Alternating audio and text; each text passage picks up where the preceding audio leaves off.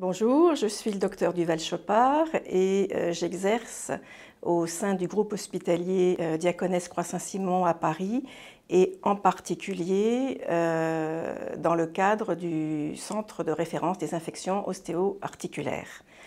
Et ce, un peu avant sa création, puisque j'ai commencé à intervenir en tant que psychiatre auprès des patients présentant des infections ostéo-articulaires au début des années 2000.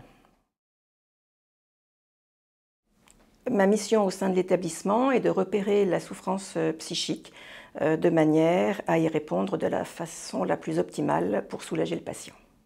Puisque les infections ostéo-articulaires sont pourvoyeuses de souffrances psychologiques, il faut certes la repérer et travailler avec l'ensemble des intervenants médicaux, chirurgicaux autour du patient et avec le patient. Les infections ostéo-articulaires ont des conséquences majeures chez le patient infecté. D'abord autour de la perte. Le sujet perd une fonction, une autonomie. Il peut perdre un statut social à travers un métier qu'il ne peut plus exercer. Il y a aussi pour conséquence très fréquemment des recompositions familiales avec éventuellement des séparations liées aux longueurs de prise en charge et aux difficultés de prise en charge.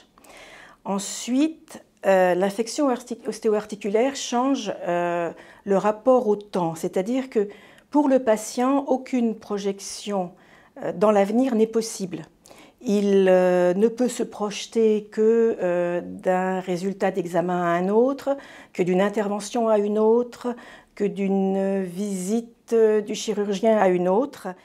Cela entraîne une avidité du patient quant au savoir médical, d'abord parce qu'il ne le possède pas alors que ce savoir concerne son propre corps, et qui lui permettrait, s'il l'avait, de structurer son espace-temps.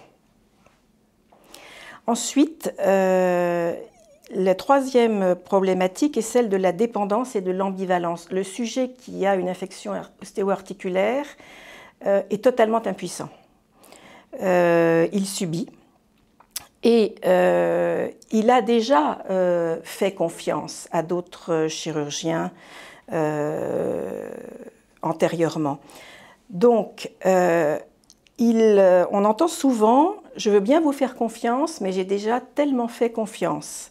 Donc, il oscille entre une confiance qui est évidente, c'est-à-dire « on va me guérir », et puis une confiance qui doit être décidée, à savoir « je ne suis pas certain de guérir ». Le chirurgien est vécu tour à tour et en fonction des événements comme celui qui abîme ou comme celui qui répare. D'où l'importance des échanges et de la parole entre le chirurgien, l'ensemble des soignants et le patient.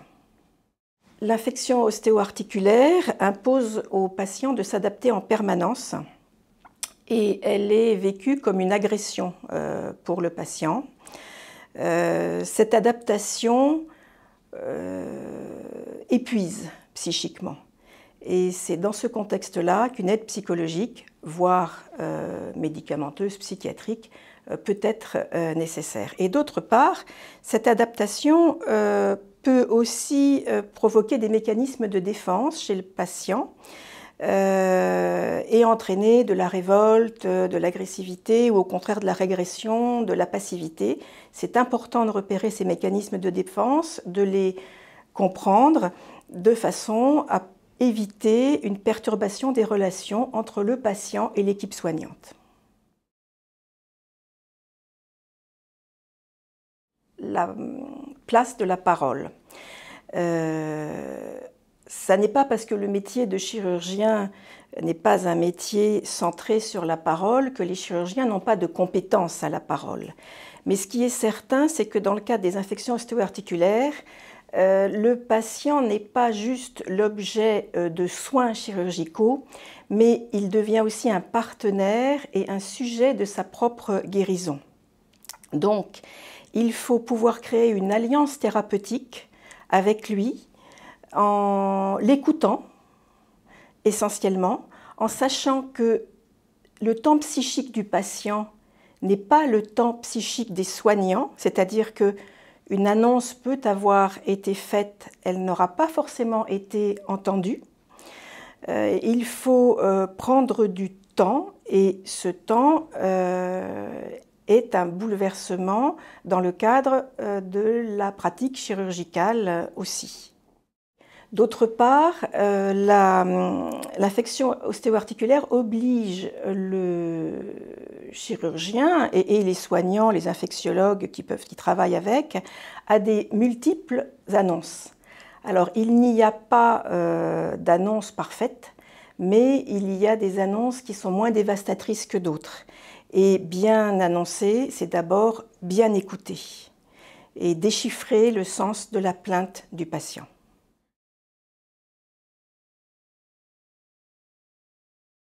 Alors, c'est une question compliquée puisque je ne suis pas hygiéniste, mais je pense qu'il est important de comprendre que l'infection ostéo-articulaire a aussi imposé une adaptation psychique aux chirurgiens. On n'est plus dans l'image du héros solitaire au bloc opératoire étanche dans l'hôpital.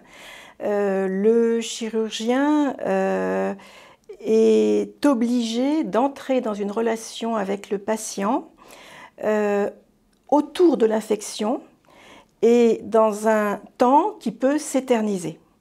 Le chirurgien doit aussi accepter l'échec que peut représenter l'infection et qui parfois peut même entraver la reconnaissance de celle-ci.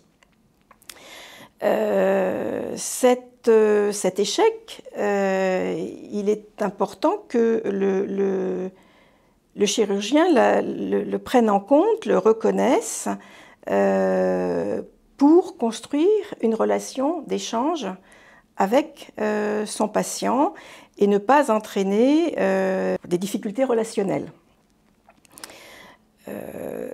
Donc, n'importe quel professionnel, donc les hygiénistes, qui s'adresserait à un chirurgien dans le cadre d'une infection sur site doit avoir en tête que l'infection a eu un impact émotionnel sur le chirurgien.